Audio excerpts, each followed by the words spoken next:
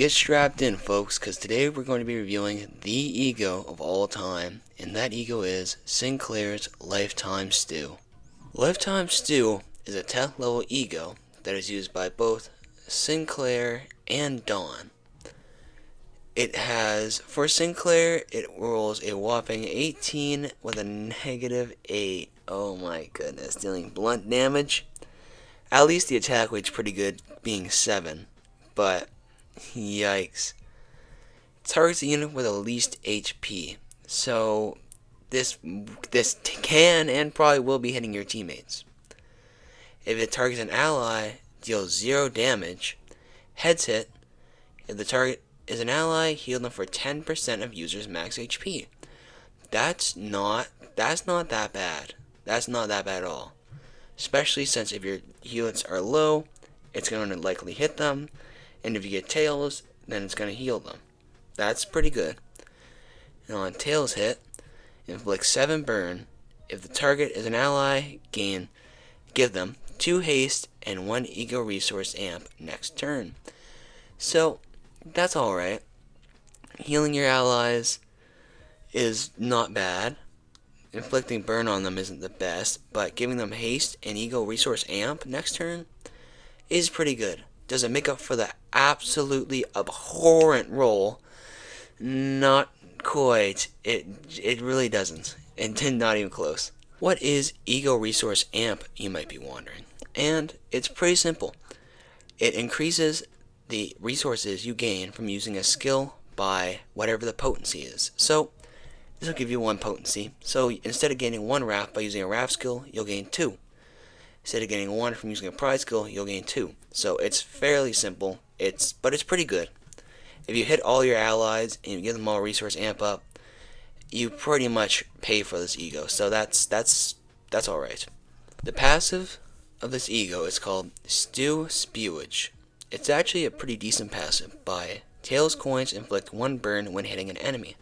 So if you pair this with N-Corp Sinclair, which I don't see who else you could even remotely pair this with, then you would actually be doing pretty good, inflicting 1 extra burn on most of your hits. So that's pretty good. That's 1 point for this E.G.O and a bunch of points against it, but we'll get there. Another point for this E.G.O is the oddly low sanity cost, costing 15 sanity instead of the average 20.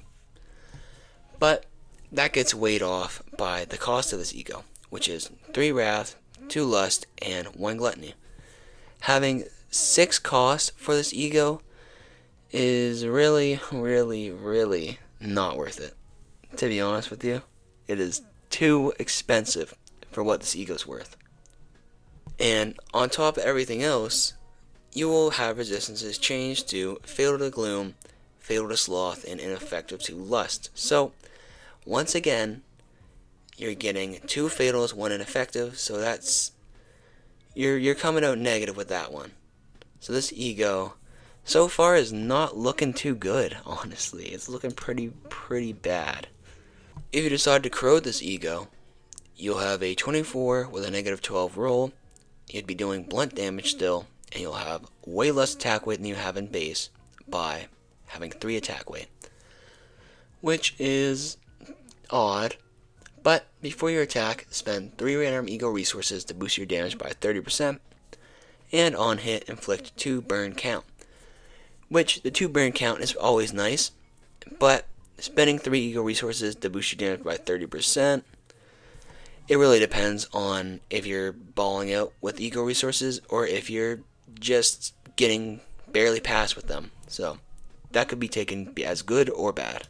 It's time to rate the drip of this E.G.O, and as much as I hate to say it, I do think it has pretty respectable drip. It is pretty good in the base and good in the corrosion. So I'll rate her around a 6.5. 6.5 is probably pretty accurate.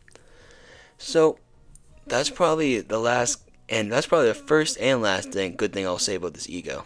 Because if you're expecting me to say anything even remotely nice about the strength, then you're dead wrong. Because the roll is so low, and it doesn't do anything to help itself get more damage other than on your corrosion.